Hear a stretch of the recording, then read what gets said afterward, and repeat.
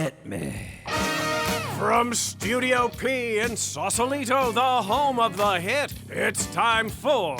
Succotash. Yes, Succotash, the Comedy Soundcast Soundcast featuring snippets from comedy... Soundcasts. And also interviews with comedians, comedian soundcasters, and other showbiz folk.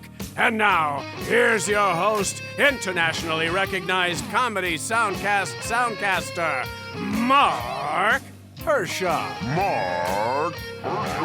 Thank you, Bill Heywatt, and greetings, honored Soundcast listener.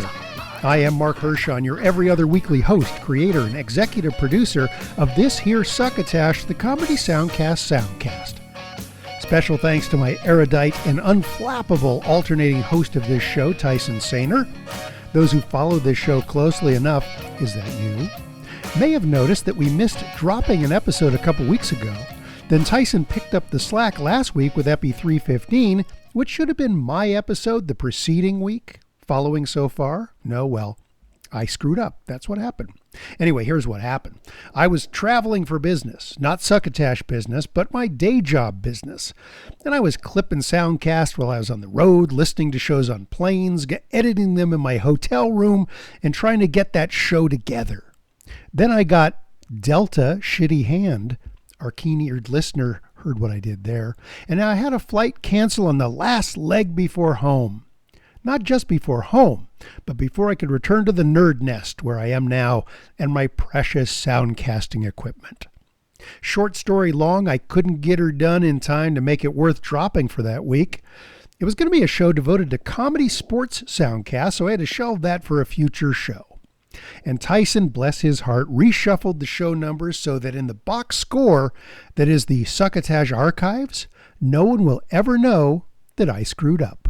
And now I owe my colleague one. Cash it in anytime, Tyson.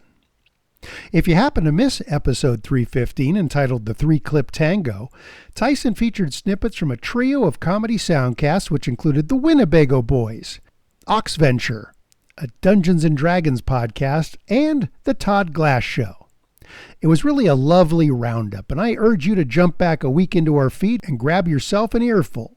Access that episode from your favorite Soundcast dispensary, including, and I'm going to give you a pretty complete rundown here of where you can find us: Apple and Google Podcasts, Stitcher, Amazon Music, Audible, the Android app, Odyssey, Blogger, Facebook, Ghana, not sure what that is, Gaana, Ghana, iHeartRadio, the iPhone app, LinkedIn, Player.fm, Podbay, Podchaser, Radio Public, SoundCloud, YouTube, and now, after a lengthy boycott, but now all has been forgiven, back on Spotify.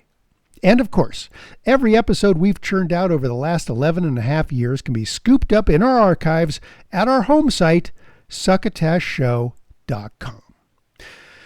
So, now that I'm finally back in the saddle, what do I have in store for you on episode 316, you might ask? Well, my sports comedy soundcast show I might do next time, but for this week, as teased by Tyson at the end of the last episode, I do have a Succotash chat in store with none other than Blaine Capatch. Blaine is a stand-up comedian, but oh, so much more. He's a writer, a sketch performer, a husband, a father, a son, and a druid. Well, he plays a druid on a soundcast we've featured here a few times over the years, Brian Posehn's Nerd Poker, a wonderfully funny and occasionally insane show where Brian, Blaine, and a clutch of other pals play Dungeons & Dragons. Before we get to the convo, I thought I'd set the stage a bit by playing a clip, since that's our main stock in trade here, from Nerd Poker, and last week's action-packed episode. Besides Blaine and Brian, the rest of the cast includes Ken Daly, Sarah Gazzardo, Chris Tallman, Dungeon Master Dan Telfer, and engineer Sam Kiefer. Here's a snippet of the action from Season 5, Episode 4, entitled Silent Flying Death. Hey, Blaine, will you roll an insight check for me? Yes. To determine whether I'm going to throw you a bone? 18 plus 4, 22. You do think that you could wild shape into something that could get through here? Well, I was thinking about that, but I was also trying to think of something that would be able to get through and get other people through. I mean, with Well, that insight check, you do think there's probably a way to disarm this, like to clear the path, but you haven't really tried to. Yeah, we don't figure have that a rogue, do we, this time? Okay, well, it would be a sleight of hand check, basically. I'm going to. Can I do something, Dan?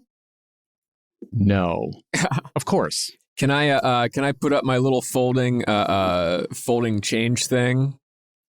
My little paper folding your dressing screen, and I'll throw my clothes over it, and then I come out and I'm a little grassy snake. Oh. Yeah, you'll get under everything if you go that way. You can head on up to Ronnie and say hello. Okay, so he's through. I go up to Fire Jolly and I pull a coin out from behind his ear. Oh my God in heaven. And I say, I have a bit of a knack. I did used to do shows. Just a little bit of sleight of hand. Perhaps I should try to disarm it, or should we try to all get through? What do you think? Oh, if it's a disarmable thing, yes, of course. I could help you by giving you blessings from the silver flame. Ronnie, what do you think? Does that sound good? You're on the other side. If we fail, that bundle's going to come down right on you. So and Dr. Uid now. we really need your buy-in. Is there a way for me to sort of slither up the side of the walls towards the top of to kind of get up and look around? Hi, Rhodes. In snake form. Because my snake can get all over the place. Yeah, give me an investigation check. Blaine, that's going to get you in trouble. Hey, how about a 1? Oh, nice. That snake landed right on that nice. leathery thing. Well, we're going to find out what it does. I'm going to make this really interesting. Blaine, Dr. Uid slithers up the cave wall. He's darting around and he's kind of like really, I'm going to get a full lay of the land. And you kind of like wriggle your body and you realize very quickly you've completely tangled your body around the tripwires attached to the wall. And if you move an inch, including change to another shape, you could set one of these things off. Okay. Good. Perfect. Just the way I want. I'm picturing Sir Hiss from the Yeah, exactly. If you are unfamiliar with RPGs, that's role-playing games, and particularly Dungeons and Dragons, I can't help you. Well, I probably could. I've been playing since 1979, but we just don't have the time. Blaine's and my acquaintedness goes back a few decades to the San Francisco comedy scene, which we talk about a little bit in our chat. And we're going to get to that chat, but we've got to get the business out of the way, which is a commercial from none other than our perennial, non-paying, 100% fake sponsor, Henderson's Pants, and they're just in time for baby toddler trow. Friends at Henderson's Pants, we've noticed that adults, teens, and children are not the only ones wearing the pants in the family these days. Believe it or not, even little babies are fond of wearing a well-tailored pant now and again. But up until now, they were limited in their selection of lower body garments, in that most of what is available are simply just baby pants. Baggy, shapeless, and with little to show off that fast-developing physique. Henderson's is proud to introduce Henderson's Toddler Trousers. These slick slacks are the kind of infant wear that can make even the most preoccupied paste eater sit up and take notice. The extra layers of material in the knee and buttock help to assure hours of comfortable crawling and soft landings for when baby goes boom. And the bit of extra give in the crotch keeps your tyke from that most unsightly of sandbox no-nos, the dreaded diaper toe. Isn't it about time for Junior to crawl out in comfort and style? Henderson's toddler trousers come in a variety of luxurious fabrics, the kind found in the finest men's suits on the market today. But Henderson's serge, corduroy, and linen stock has been married with state-of-the-art polyfiber blends, which not only assure years of durable wear, but enough stretchability that today's baby will still be wearing those spiffy duds when it comes time to accept his or her diploma as your now adult offspring graduates from high school.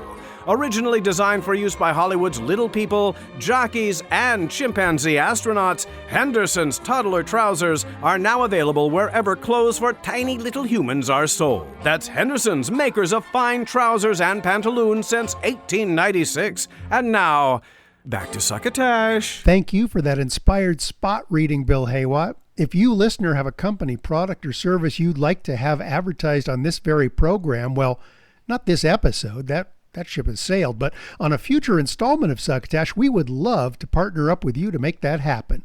We have very reasonable ad rates, and all you need to do to get that ball rolling is drop us a line at ads, A-D-S, at succotashshow.com.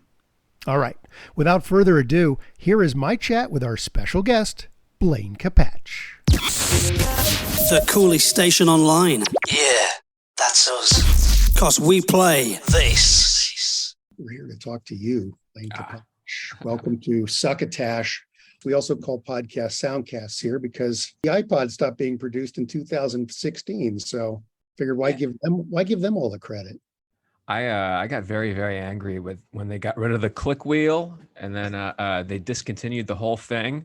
Yes. And I had I think the next to last generation, and I dropped it. Oh. And I didn't want to get a new one because it was just so full of junk, and so I bought an old one online. Do you still have it? I do. It's great. Nice. It's all loaded up. Cool. Well, I'm so glad you could join me today. I've been wanting to get you on for a while. And first of all, we have featured Nerd Poker on our show several times. I've reviewed Nerd Poker for Vulture.com's This Week in Comedy podcast. I don't know if you've seen any of those reviews, but I think last time you guys had Patton on, I think that was a while ago. Yeah. A while ago, I did a review of that. So, and then of course, being an inveterate D&D player myself, I figured I had to get to you at some point sooner or later. But I know you're a super busy guy. You do a lot of writing. You do a lot of interesting performances that I'd love to talk to you more about. If you want to talk about some of the live stuff that you do, I know a lot of it was eclipsed during COVID, of course. Yes, pre-clipsed. And I think you work with a Soundcast friend of mine. I've only met her a couple of times, but Christine Blackburn. Oh yeah, I know Christine. Christine's very sweet. I see her all the time. I would do her game show. I'd be a judge on her game show, Story Smash. Yes. And it was we did it every week, every week, every couple of weeks on Zoom during the pandemic, and it was really the only time I was getting any sort of muscles flexed. So it was I was very thankful to it, and it was a lot of fun. Yeah, so she's been a good friend of our show. We used to go to the Los Angeles Podcast Festival every year when they were doing that. LAPC. Yeah. PCF. 5-year endeavor, and she was always there, and she'd always help me wrangle up guests to get on the microphone. Let's talk about, first of all, kind of your comedy beginnings, because that's where you and I first met. I was producing shows in San Francisco, and you were performing them in San Francisco. That was in 92 to 95. I started in Baltimore in 85. Okay. So, and I moved to San Francisco in 1992. And was there for just the perfect 3 years. It could not have been a more. I figured I would be there at least 3 years. I would try to get into Los Angeles somehow. Yeah. And it kind of gradually happened, and then happened all at once. You know how a ice shelf collapses. But I ended up. Patton and I got hired to be writers on the Mad TV pilot. Oh, sure. And we moved down to, it got us moved down to LA from San Francisco, and we were broke. We needed the money, but the show got picked up. We got picked up with it. It was very fortunate. But cool. Yeah, I was doing stand-up, 6-7 years when I got to San Francisco. And it was like finishing school there, I felt. That because I always knew it had a real history to it. I always knew I wanted to go to San Francisco.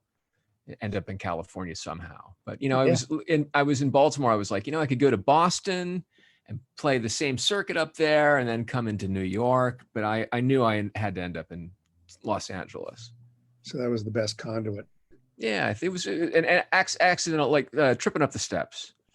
Everybody saw me, but they laughed.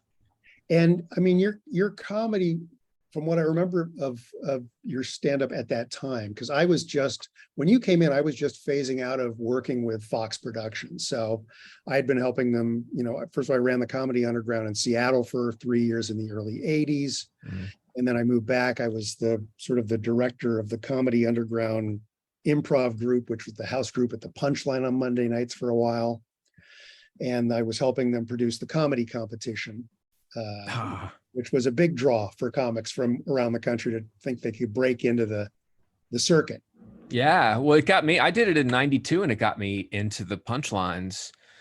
Jeff Will saw me, and I did all right. I did okay the first time. Second time, I made it to the semis, and it was not, it was it was me in the semis. Started off good. It can be, it's an interesting process regardless of where you end up sort of in the field. And I think, it has its pluses and minuses as competitions do, but it does. Wouldn't trade it for the world. It was fantastic. Yeah, it creates exposure and whatnot. So once you moved to LA, did you keep doing stand-up, or did you really kind of phase mostly to writing?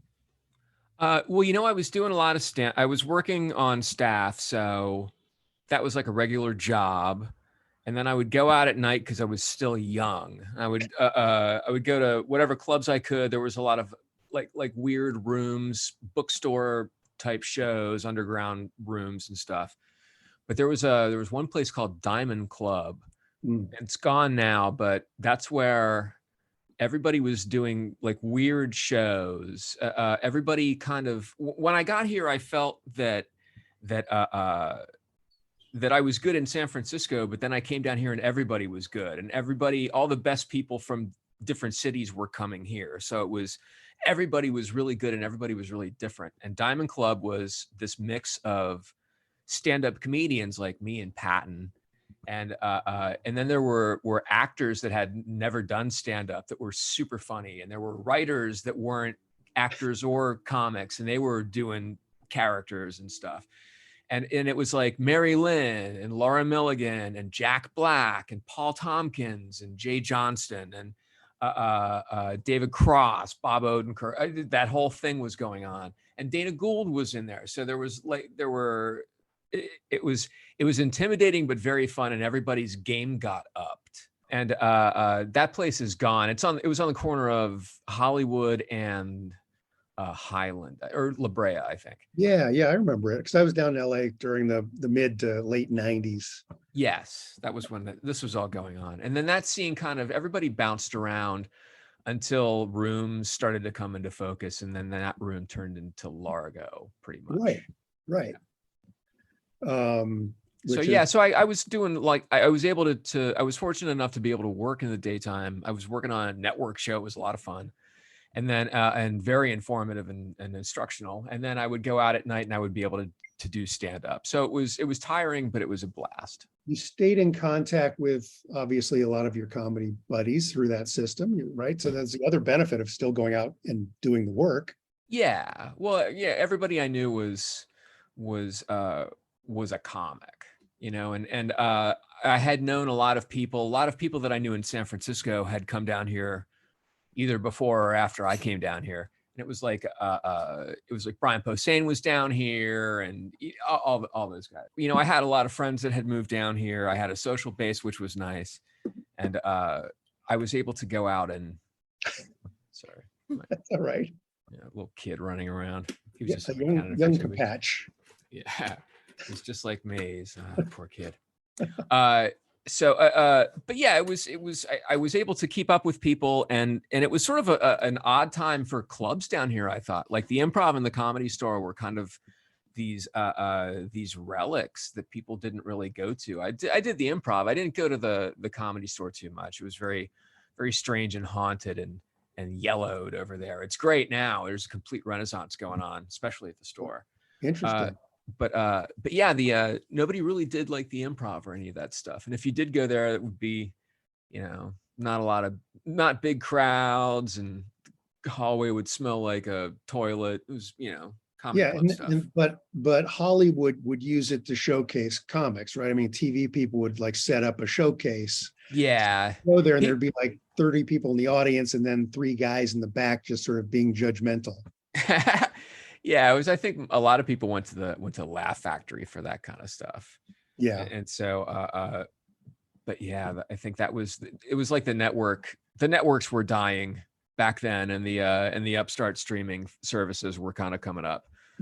And that's where where I was lucky enough to be, I think. Once you kind of went through that process and Mad TV sort of came to an end, where'd you go after that?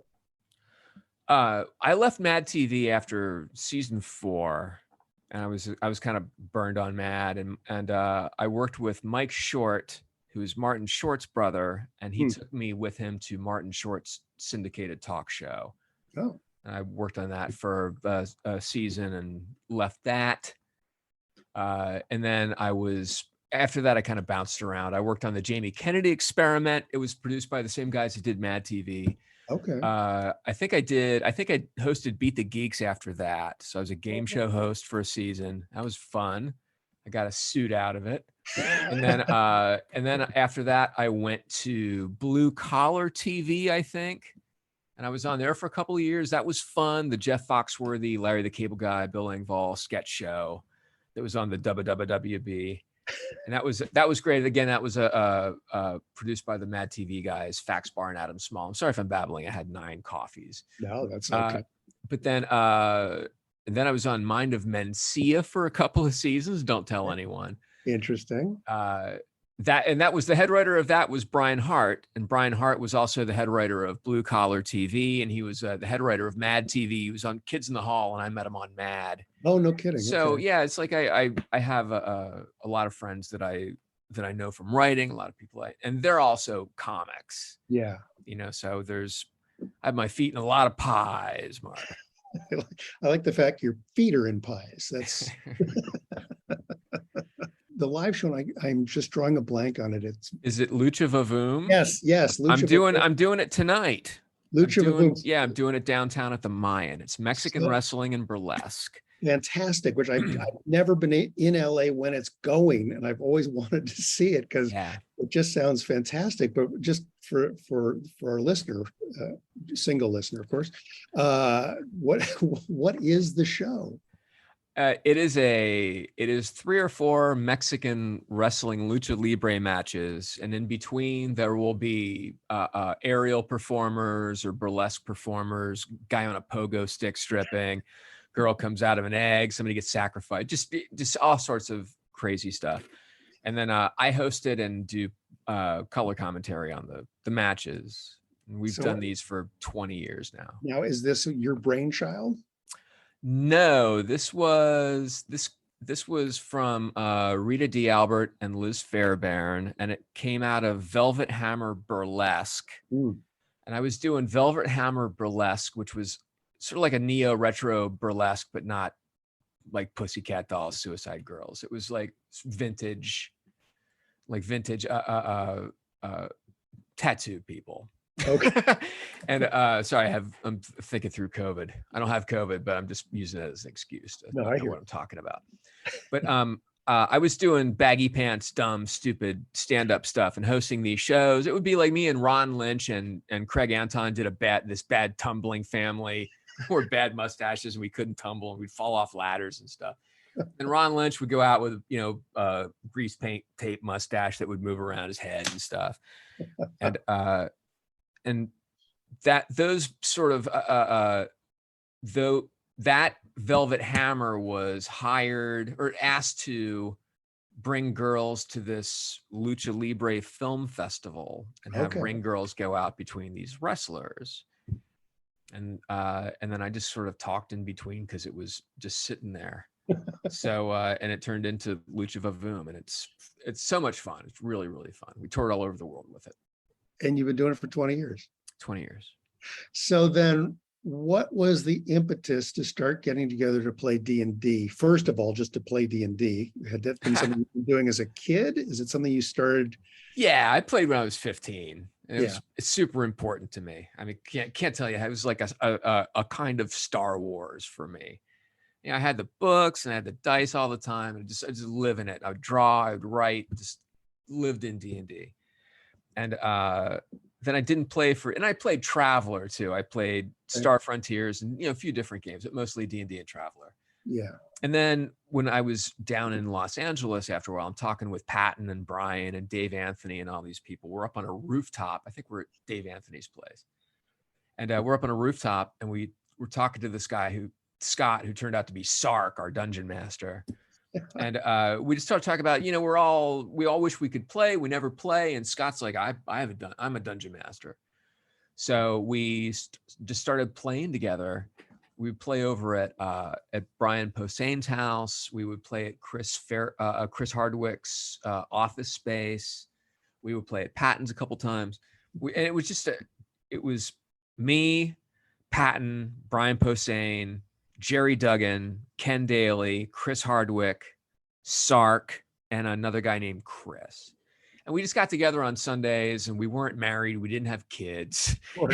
And our girlfriends or whatever would let us just hang out for 5 or 6 or 8 hours on a Sunday. And we would just hang out and, smoke pot and play and talk. It was like a poker game. And so that's kind of where we got the term nerd poker. Which is just great. Just nerds playing poker. It's the perfect name for what that is. And we just played for 10 years before we started podcasting it. We didn't really want to podcast it because we thought it wouldn't be very engaging. It's just us talking about nuts and bolts D&D stuff. But, it did turn into kind of a fun thing, and it has a structure to it. And we're all performers, and we all know what we have to do and have to bring to it. So it's a lot of fun to put on. It's very seat of the pantsy. Yeah. But seat of the pants is best seat in the house. There you go. Yeah, it's a lot of fun to listen to. The fact you guys are comics, I mean, you're obviously got to be aware of Critical Role. Yeah, well, those guys did. We do Patreon episodes where people guest on it, and they came in and did a few episodes with us that couldn't be cooler, couldn't be more gracious, and they take it a different kind of seriously than we do. Every D&D group is different, so that's what's great about the podcast. I think there's a lot of them, but they're all different. They're all very different, which is very, great. very different. Yeah. For a while, you guys were part of Earwolf. You had a studio, you had pro microphones and an engineer and all this other stuff. And then what happened? Well, we still have that stuff. No, I know you. And we still have our engineer too. Yeah, I know Sam is great. He's he also does Office Ladies, doesn't he? Does he? I think so. Yeah. I think he also he does a million shows. He's in demand. That Sam. Yeah, but so what happened at Earwolf? Why'd you guys kind of? I don't know. I think there was I stay completely out of any sort of the business and stuff. That's what I love about it. It's I just write funny sponsors and goofy jokes, and I try to have fun and keep it moving a little bit. That's great. But, so I don't know about the business. I think there was just a disagreement, and nobody agreed to do any more disagreeing, and everybody left. And so I think everything's cool now, but I don't know. So then you guys got back together. I think you were off for like maybe a year, and you got back together just in Brian's house. Yes. And then COVID hit. We're going to try to get back to Brian's house soon, but the COVID hit, and we figured out how to do the Zoom. And it was like between doing the nerd poker and Christine Blackburn story smash, it's like Zoom became very, very easy and very second nature. I love doing D&D on Zoom. It's a lot of fun. Here's my dice. There you go. It's all right here. I can mess with it. You still use actual dice? Yeah, I love the dice part of it. Here's my little mini dice that I have that I sometimes use. I can't see those there. Oh, okay. I have some of those guys. I have the little black and green ones. It's all very tactile. That's what I like about D&D. Yeah, you can write stuff and you hold it and look through the books. Yes, it's a lost kind of art. Yeah, which is great. So yeah, I was going to ask what that transition to the Zoom thing is, because my group also started doing Zoom, and I think we use the same apps you guys do. We got Roll20, which has the maps, and we've got D&D Beyond. Exactly. I have, I like D&D Beyond because it shows me what I need to do with my characters, because I don't pay too much attention and don't know about stuff. I'm sure I don't use stuff. It's fun tech enough, I think. I think it's good. The thing that I do like about the Zoom is when we do these Patreon episodes where we have guests, we'll have Tom Lennon come on, and he lives in Michigan. Yeah. Or we'll have Paul Tompkins from his house, wherever it is. And nobody has to go to anybody's house. I love seeing everybody, and part of D&D is hanging out with your friends. Yeah. But after a while, it's like an hour to and from, and it's late. We have kids, and I'm in my 50s. My bedtime is 8:30 for fuck's sake. Sorry, can I say fuck? Yes, please do. Can I say sake? Yes, you can say them, but not together. Oh, okay. Yeah. So it's I thought I have no problem with Zoom. I know people are like that think Zoom is a loss, but I think it's a different set of muscles and a lot of fun. Do you get a chance to listen to other podcasts? Is it something that you enjoy listening to? I do not. I'm not very podcast literate. I don't even listen to the ones that I'm on usually. I'll listen to the ones that I'm on, but I don't, as a rule, listen to them. I feel like if I'm listening to something, I could be writing something. Well, it's also, all right. I don't want my wife to see me just sitting around on the couch, like listening to something while my wife is she's an animator and she's working for Netflix. She does compositing and stuff. So nice. She's got her desk set up and she actually has like a real actual non-comedian job. And I don't want to be sitting on the couch with my socks on, watching Ozark. It creates, I'm trying to catch up on TV, honey. Creates tremendous animosity. I understand. Yes. Same thing. I don't want to take up more of your Friday, but it was great to catch up with you and maybe have you back on at some point to. Of course, anytime. It's great to talk to you, Mark. I created this thing for my group when we get back together. It's a tabletop display screen. And so I got a flat screen TV. I put it inside a black display case with a glass top. So you can lay it down and then you can project the Roll20 map in there, but use minis. Wow. That's great. On top of the glass. So, oh my God, that's good. Been working on that. That's pretty good. Right before we started, right before the pandemic hit, our dungeon master, Dan Telfer, who is fantastic, a multi-talented, very funny, great writer, a great dungeon master. He was using Heroes Forge or Hero Forge stuff. We have our miniatures. Yes. We had that's Dr. Uid from season 3 and 5. He's my druid. Nice. But within reach, but I have my figures here somewhere. But we had he was using all the fake dungeon stuff, the walls and the flooring and doorways and stuff, and it was just so much fun. And I can't believe how much fun it is playing Dungeons and Dragons, even in my 50s. If I went back in time and told myself at age 15 that I would be playing D&D and making money at it, doing it on the radio, millions of listeners for 10 years with some of the funniest people in the world, I would probably help the jocks pants me. But it's so weird because when I was in high school, Mark, I would get sucker punched in the stomach and shoved into lockers because I played D&D. People made fun of me, and I had braces on, whatever, tuck my shirt into my jeans. I was a dork, but I took a lot of shit for it, and it's good to see that people kind of came around and have fun doing it. I enjoy anybody playing Dungeons and Dragons or any kind of game. That's fantastic. Well, Blaine, thanks again. Have yourself a great weekend. Yeah. Hey, if you want to talk again, if you're ever short of guests or anything, just let me know. I'm always up for talking. All right, man. Thanks, Blaine. Oh, my pleasure. Good to see you, Mark. Thanks to Blaine for jumping on the Zoomer with me for that. I would love to have the whole cast of Nerd Poker make their way in front of the Succotash microphones one of these days. Maybe I should dungeon master a game and invite them all to play. That would be really cool and incredibly terrifying. One of the fun things their show features each week is, right after Dan Telfer thanks a bunch of their Patreon supporters, Blaine does a commercial from a variety of fake sponsors, very much in the vein of R. Henderson's pants spots, but the advertisers are all different. Just to give you a sample, I went into their archives over at Nerd Poker and sliced out 5 different little ads he's read, and they sound a little like, no, actually, they sound exactly like this. Houseman's House Wax, for the shiniest house on the block. Polish up those sheaths with Houseman's House Wax. Birds slide right off. Houseman's House Wax. Oh, I'm John Houseman from the Paper Chase, and I'm here to tell you I'm not legally affiliated with Houseman's House Wax. Houseman's House Wax, no longer affiliated with John Houseman from the Paper Chase. Hi, I'm Big Cath of Big Cath Catheters. You need your cath big? Come see me, Big Cath. I'll be out front. You can't miss me. I'm Big Cath with the Big Catheter. Big Cath on I-64, down in the Dildo District, next to Big Dicks. It's not what you think.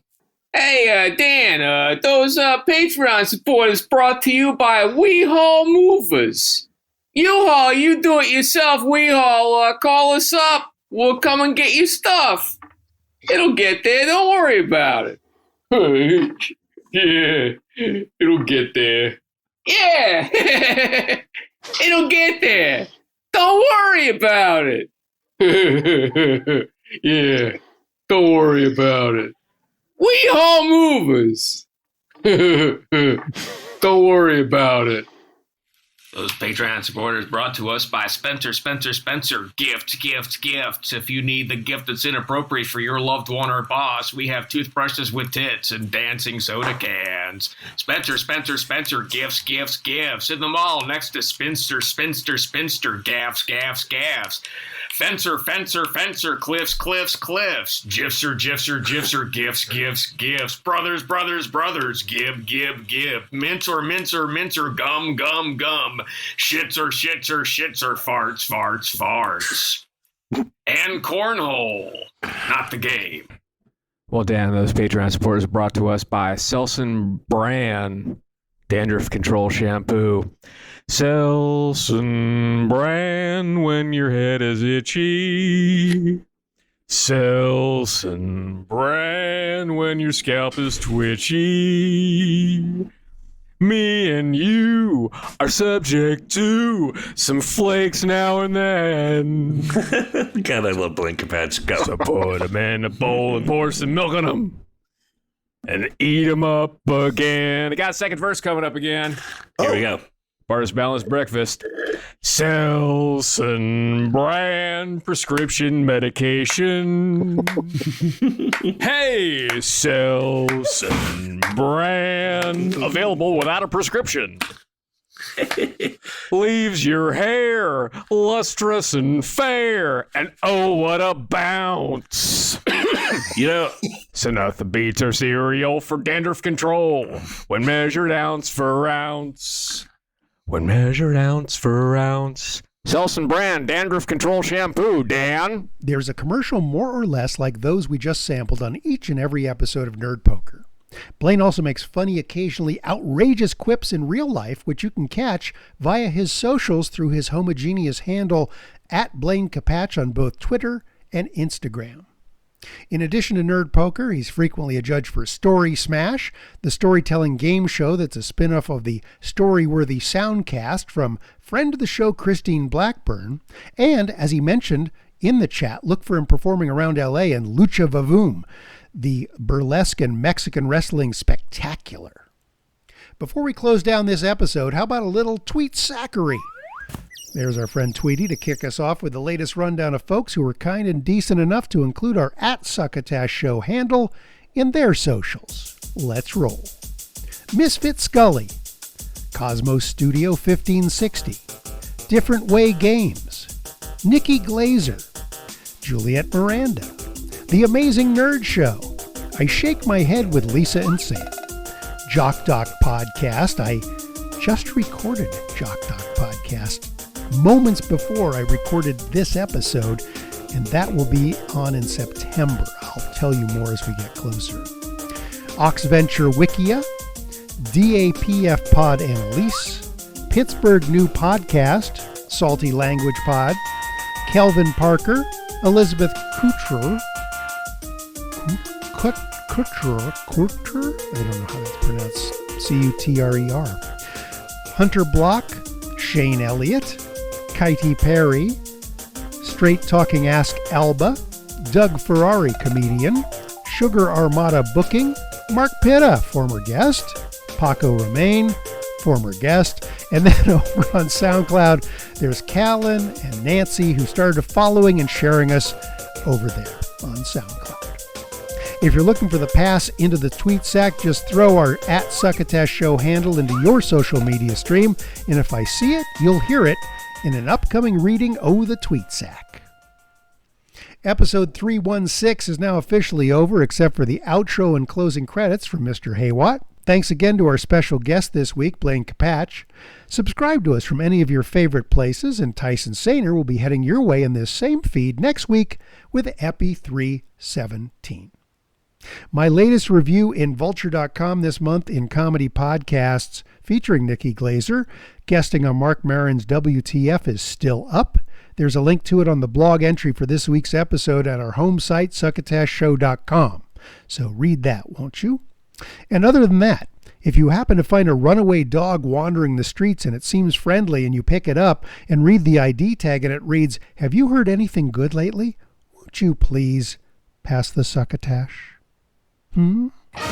You've been listening to Succotash, the Comedy Soundcast Soundcast, with your host, Marc Hershon. Brought to you by Henderson's Pants and... Imagine your company's name right here. Rate us and review us at Apple and Google Podcasts. Find us on the web at succotashshow.com, on Spotify, on Stitcher, on iHeartRadio, on YouTube, On SoundCloud. and wherever fine soundcasts are streamed and or downloaded. Follow us on Twitter and Instagram at Succotash Show. Like us on Facebook. Email us at marc@succotashshow.com. Or call into the Succotash Skype line at our toll call number 818-921-7212. That number again is 818-921-7212. You can also upload clips from your favorite comedy soundcasts directly to us using our direct upload link at hightail.com/u/succotash. Succotash is produced and engineered by Joe Paulino through the auspices of Studio P Sausalito, the home of the hit. Our hosts are Marc Hershon and Tyson Saner. Our musical director is Scott Carvey. Our booth assistant is Kenny Durges. Succotash is executive produced by Marc Hershon. Until next time, I'm your loyal booth announcer, Bill Heywatt,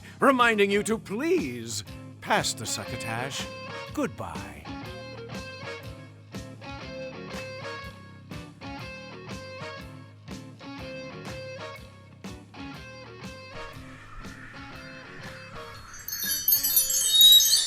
This has been a Succotash Patch production.